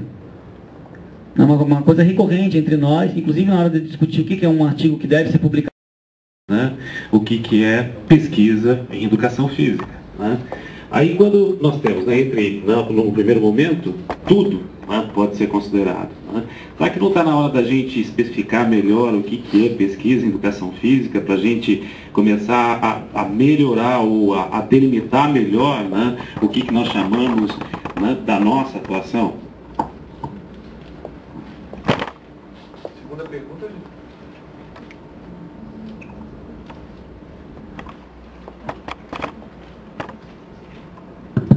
Eu sou o Wagner, bom dia a todos e todas. Na verdade, eu fiquei um pouco preocupado com a exposição da professora Márcia, né? E gostaria de trazer alguns elementos provocativos para a gente pensar. Talvez é importante mapear toda essa questão da produção em comparação entre regiões, etc. Mas a pergunta, uma das subperguntas de uma pergunta maior seria: será que isso não reforçaria legitimações e desigualdades, por exemplo, entre as regiões? Porque inevitavelmente a gente sabe que a polaridade do conhecimento em educação física, por exemplo, estou falando só da educação física, tem como referência o Sudeste e as instituições como Unicamp e USP, principalmente o Unesp em algumas unidades. Né? Então essa questão de fazer a comparação e os regionalismos não legitimaria talvez uma conclusão óbvia de que a produção maior de conhecimento estaria lá por essa estatística toda que foi apresentada, e talvez a gente tenha que tomar cuidado, não sei, uma pergunta, a gente não tem que tomar cuidado com esse tipo de coisa e buscar exatamente os reais motivos, o que faz com que isso aconteça, para descentralizar um pouco o pensamento colonizador entre Sudeste e Nordeste. O que me preocupa muito, eu conheço um pouco a realidade da educação física da Unicamp, que eu vim de lá, e se ela, por exemplo, em determinados momentos é referência nacional em algumas áreas, é bastante preocupante em termos de pesquisa. Então, essa é a minha provocação e pergunta. Obrigado.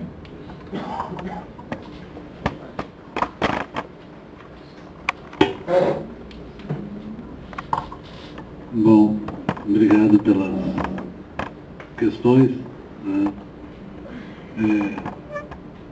Sobre o que é uma pesquisa em educação física. Eu tenho, assim, uma dificuldade muito grande em estabelecer proposições definitivas entre o que é e o que não é, né? Porque a gente sempre corre o risco de dizer algo completamente fora de contexto. Não é? Eu acho que para responder uma pesquisa, não é? Uma pergunta sobre o que é pesquisa de educação física, né? A gente tem que levar em consideração o contexto em que ela se realiza. Né? Ou definir algo sempre pressupõe definir o contexto do objeto em que ele se produz, em que ele se desenvolve, enfim. Né? No caso específico da pesquisa, ela está relacionada, não é, a acordos, né, a processos de luta, e aí eu utilizo, vou pegar emprestado aí os estudos que o Stiger faz de Bourdieu, não é? São aquelas, vamos dizer assim, acordos obtidos a partir do jogo de força que se estabelece no campo, não é, por pretensão de validez. Eu diria assim que, no caso do que é uma boa pesquisa de educação física, ela é resultado do que nós acordarmos, do que nós acordamos o que é uma boa pesquisa de educação física. Ou seja, é um pouco assim, eu brinco muito com meus alunos na aula de metodologia da pesquisa, perguntando o que é científico e o que não é científico. Né? E normalmente isso causa um certo embaraço, um certo rebuliço, como se diz lá no Rio Grande Amado, né? Porque eu penso, bom, afinal, o que é uma... Né? Eu digo, não, uma boa pesquisa é o que eu digo, né? Que é uma boa pesquisa. Ou seja, eu utilizo o meu lugar, né? No qual eu me constituo dentro do campo para dizer o que é uma boa pesquisa. Né? Ou dizer o que é científico e o que não é científico. Né? Uma boa pesquisa, ou o que é científico e o que é não científico, é o acordo que nós temos aqui, né, nesta comunidade, sobre o que é e o que não é. Preliminarmente é isso. Agora, uma boa pesquisa, para mim, considerando o contexto sociopolítico, né, e aqui não se trata nem de demonizar, nem de deificar, para não dizer que eu estou querendo, a partir de um certo racionalismo, ficar em cima do muro. Tá? Não é isso. Eu quero dizer assim, que eu não estou querendo nem deificar, nem demonizar qualquer método, nem fazer uma ode ao fetichismo do método, nem fazer valer apenas o proselitismo acadêmico. Né? Uma boa pesquisa, para mim, em educação física, primeiro, ela está relacionada com aquilo que eu entendo que seja educação física, uma prática pedagógica. Né?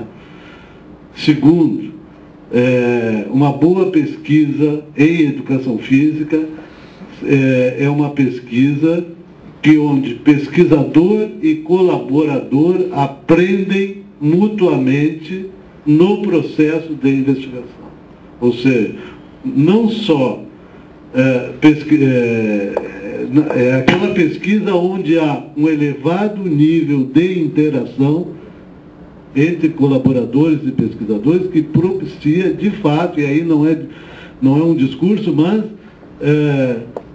uma experiência significativa de aprendizagem, tal como define as ciências da educação. Ou seja, o sujeito muda. Né? O pesquisador muda o seu interesse em relação ao campo, ao objeto, ao evento, né?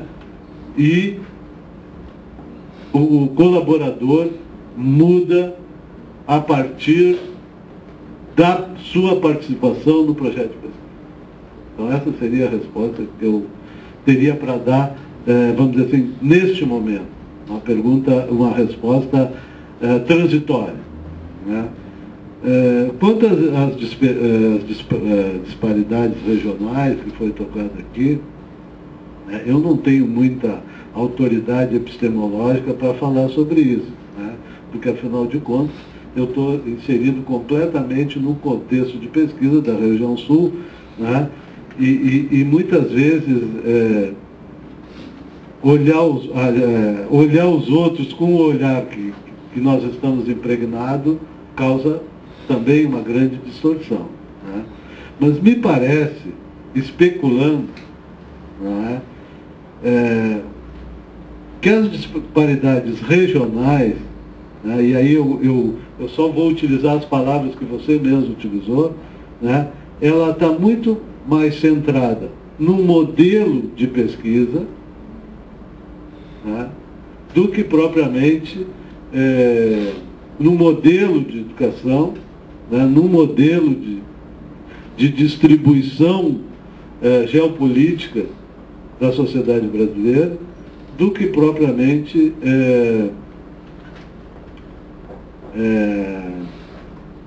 bom, está muito mais centrada no modelo, me parece, né, do que em questões econômicas, em questões... Porque, pelo menos na minha experiência investigadora, né, a pesquisa que eu faço, ela precisa de um lápis e uma folha de papel. Isso é o que eu, transitoriamente, eu diria nesse momento. Então, só um comentário sobre essa última questão, embora não tenha sido endereçada para mim. Acho que as questões o Brasil é um país que todo mundo sabe, enfim, é chovendo molhado, isso é um país com muita desigualdade, né? Tem muita desigualdade regional, sem dúvida, mas há muita desigualdade regional também. Você pega, por exemplo, comparando, pega um estado como Pernambuco, né? Que gerou ao longo do século XX, principalmente na sua primeira metade, uma intelectualidade muito potente, né? Gilberto Freire, nas primeiras décadas do século XX, é um dos maiores intelectuais do mundo. Não é pouca coisa, tá? É pouca coisa, assim, né? Depois da Segunda Guerra, quer dizer, a Unesco faz lá um grupo para pensar os destinos da humanidade, convida o Max Horkheimer e o Gilberto Freire, entre os 8 intelectuais que estavam lá pensando, né, um grupo de experts, a pensar o que seria o futuro do século XX. Né? Enquanto estava lá Keynes de um lado, enfim, pensando no liberalismo, estava o Gilberto Freire, Max Horkheimer e outros grandes intelectuais pensando outras questões. Né? Quer dizer, José de Castro, enfim. Né? Agora, Pernambuco é um estado extremamente desigual dentro dele mesmo também. Né? Isso não desabona, né, o argumento de que Pernambuco é um estado, ou o Nordeste, né, é um lugar com muita desigualdade em relação ao Sudeste. Mas é preciso ver isso também, porque é uma característica típica do terceiro mundo, né, como nós, a gente ter, né, ainda uma mentalidade muito fortemente aristocrática.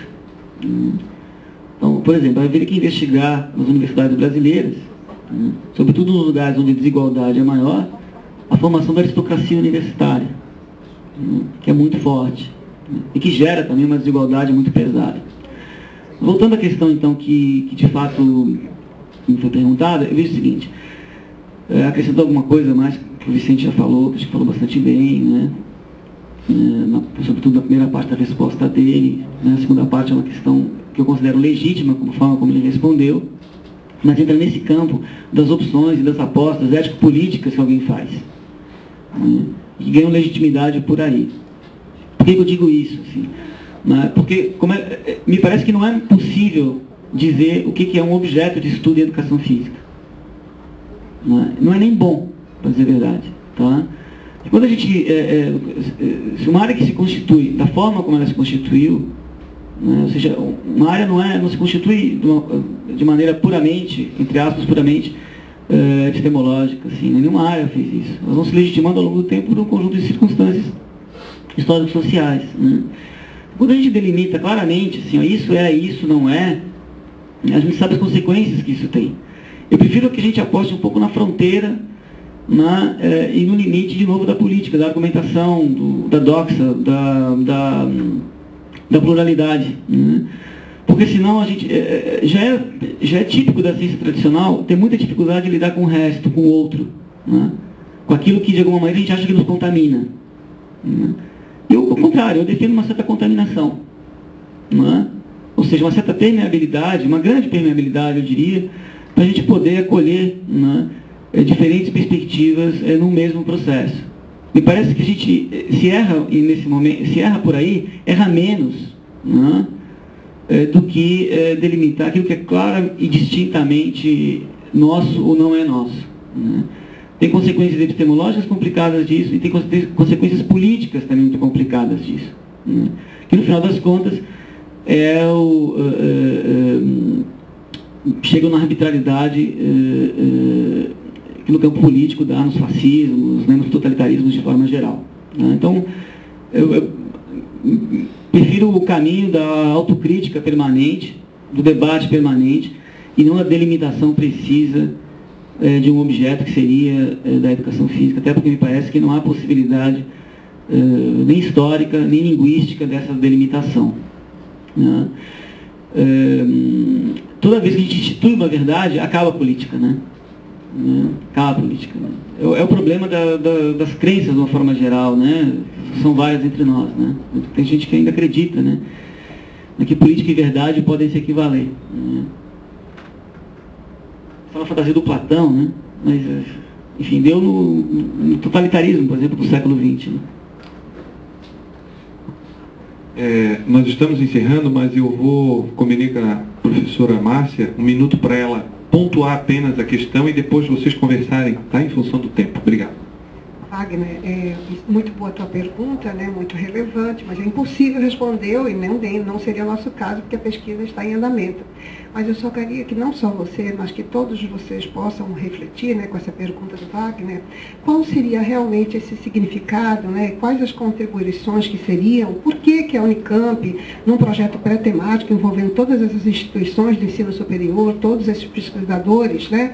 Que estamos, inclusive, solicitando financiamento à FAPESP, por que nós estaríamos envolvendo pesquisadores da Unicamp em todos os níveis, como já foram colocados, direto em contato com a pesquisa no Nordeste do Brasil? Qual o crescimento disso? O que vai trazer de benefício para cada um? Quem ganha? O que acontece? Aí depois nós poderemos conversar sobre as disparidades. E não só eu, como eu já expliquei, tem o Regis que está na equipe, então se vocês quiserem depois conversar conosco, estaremos disponíveis para qualquer esclarecimento. Muito obrigada, Alexandre. Obrigado. Muito bem, então a gente está encerrando essa mesa, né? Gostaria de agradecer à doutora Márcia Chaves Gamboa e lhe passar às mãos o seu certificado. Muito obrigado. Obrigado, parabéns. Ao doutor Vicente Molina Neto, muito obrigado, Molina, parabéns. E ao doutor Alexandre Vaz, muito obrigado. Acho que todos concordam, né? Uma mesa muito boa. E convido a todos, intervalo de 5 minutos, pit stop, e já convoco o doutor Rudinei da Silva, que é o coordenador da próxima mesa.